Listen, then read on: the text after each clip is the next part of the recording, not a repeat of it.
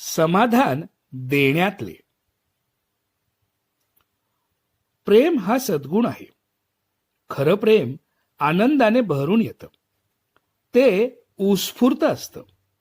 हेच सांगणारी ही दोन भावांची कहाणी. या दोन भावांची राहणी अगदी साधी होती. दोघं शेती करायचे.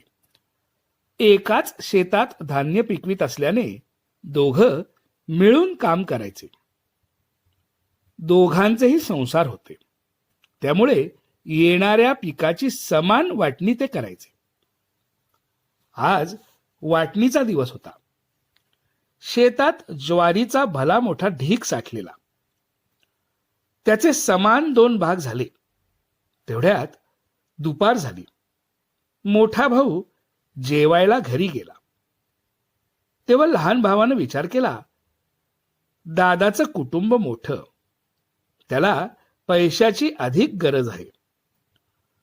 50 मण ज्वारी दादाच्या ज्वारीच्या ढिगात गुपचूप मिसळून देऊ. दादा जास्तीचे घे म्हटलं तर घेणार नाही. लहान भावानं आपल्या ढिगातली 50 मण ज्वारी मोजली व ती दादाच्या ज्वारीत मिसळली. त्याला ह्या कृतीचे खूप समाधान वाटले. तितक्यात दादा जेवून परतला. मग लहान भाऊ घरी जेवायला गेला. तर इकडं मोठ्या भावाच्या मनात आलं, लहान भावाचं नुकतंच लग्न झालंय. त्याचा नवीन संसार आहे. भविष्याची तरतूद तो कशी करणार? एवढ्या ज्वारीत कुटुंब पोषणार की थोडीफार शिल्लक टाकणार?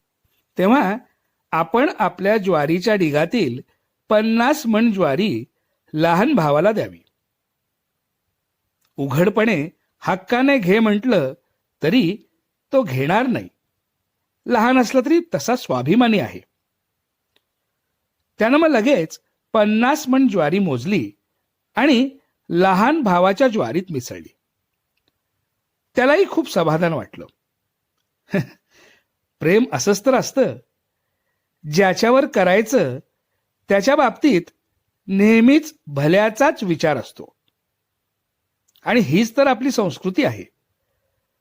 दुसऱ्याला द्यायचं, त्यात केवढं सुख, समाधान आहे, नाही का? धन्यवाद.